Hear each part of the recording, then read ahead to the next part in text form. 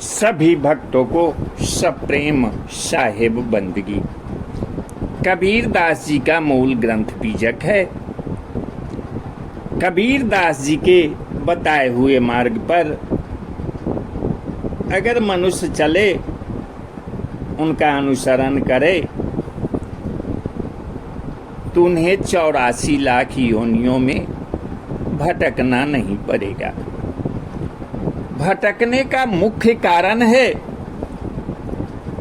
कि लोग अपने आत्मा राम को नहीं जानते हैं। राम राम तो जपते हैं, लेकिन अपने अंतःकरण में जो राम है उनको पहचान नहीं पाते। वे इधर उधर तीर्थ स्थल घूमते रहते हैं, भगवान को खोजते रहते हैं। कबीर दास जी साखी में कहे हैं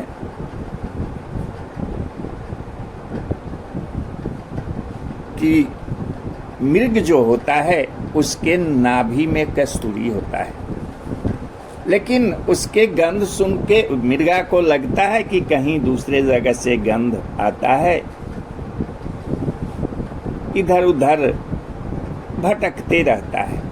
वैसे ही राम तो हमारे अपने अंतर आत्मा में है, लेकिन हम उनको खोजने जाते हैं। कोई काशी जाता है, कोई मथुरा जाता है, कोई हरिद्वार जाता है, कोई वृंदावन जाता है।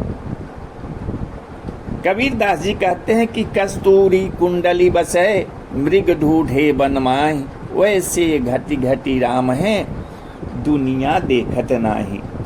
राम सभी जीवों में निवास करते हैं, हम में, तुम में, खरग खंभ में, सब में व्यापत राम। तो आइए शब्द 115 का विवेचन सुनते हैं। संतो ऐसी भूल जग माही, जाते जियो मिथ्या में जाही। पहले भूले ब्रह्म अखंडित, झाइया पुहि मानी। अझाई में भूलत इच्छा किन्नी, इच्छा ते अभिमानी। संतो ऐसी भूल जग माही, अभिमानी करता हुए बैठे। नाना पंथ चलाया, वही भूल में सम जग भूला। भूल का मरम न पाया, संतो ऐसी भूल जग माही। 184 भूलते कहिए, भूलते जग बिट माया। जो है सनातन सोई भूला, अब सो भूल ही खाया। संतो ऐसी भूल जग माही। अब भूल मिटे गुरु मिले पारखी, पारख दे ही लखाई। कहे कबीर भूल की वो खद, पारख सब की भाई। संतो ऐसी भूल जग माही। पहले भूले ब्रह्म अखंडित, झाई आपू ही मानी। झाई में भूलत इच्छा किन्नी, इच्छा ते अभिमानी।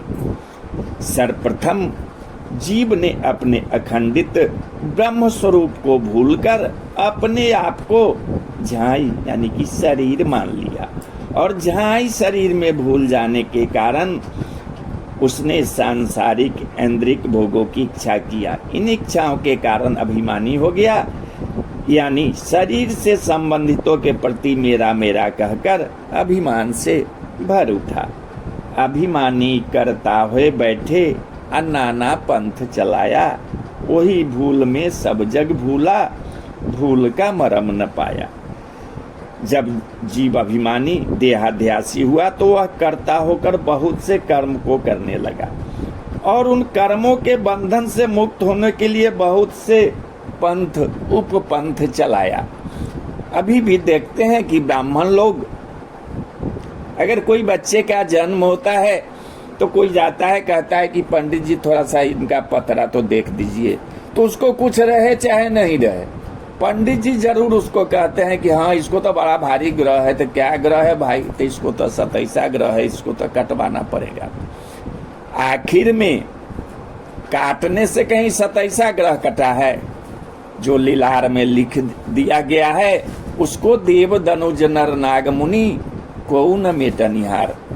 जो लिखा गया हमारे भाग्य में, हमारे कर्म में, चाहे लाख करे चतुराई, विधि का लेख मिटे नरे भाई। तो कहने का तात्पर्य है कि अपने स्वार्थ के सिद्धि के लिए जितने संत लोग हैं, बहुत पंथ चलाए। अभी एक बहुत यहाँ अभी नामी एक संत है रामपाल, वो अपने को खुद कबीर कहता है। अपने 20 सालों तक वो जेल में बंद रहा है और कहता है कि हम कबीर के अवतार हैं। तो ऐसे ऐसे ढोंगी और पाखंडी विद्वान के कारण ही धर्म विलुप्त होते जा रहा है। और उसी भूल में जगत के सब जीव भूले जा रहे हैं। भूल कहाँ हुई?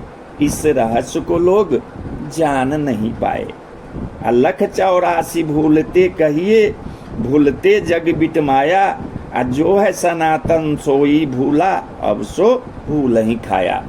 अपने आत्म स्वरूप को भूल जाने के कारण ही जीव 84 लाख योनियों में भटकता है। इसी भूल के कारण वह जग के मोह माया तृष्णा वासना को पुष्ट करता जाता है। जो सनातन ईश्वर का अंश सनातन जीव है, ईश्वर अंश जीव अविनाशी, वही भूला हुआ है। अब तक यही भूल आत्मविस्मृति उसे खा रही है, दुख दे रही है। अब भूल समाप्त कब होगा? तो भूल मिटे गुरु मिले पारखी। अब पारख देहि लखाई, कहे कबीर भूल की वखद, पारख सबकी भाई। यह भूल तभी मिटेगी, तभी समाप्त होगी जब सत्यासत्य के पारखी गुरु मिले, जो तुम्हारे आत्म स्वरूप को लखा दे। सदगुरु कबीर साहब कहते हैं कि हे भाई, आत्म स्वरूप भूल की औषधि सबके लिए यही है कि वह आत्म स्वरूप का ज्ञान प्राप्त करे। कहने का तात्पर्य है कि आत्मबोध ही समस्त समस्याओं का समाधान है। आत्मविस्मृति ही आवागमन दुख द्वंद्व पाप सभी उपद्रवों का कारण है। और आत्मस्मृति ही इन सब का दवा है, इलाज है। आत्मस्मृति के लिए सच्चे सदगुरु के शरणापन्न हो और आत्म स्वरूप को पहचान कर धन्य धन्य हो जाएं। साहिब बंदगी, साहिब बंदगी, साहिब बंदगी।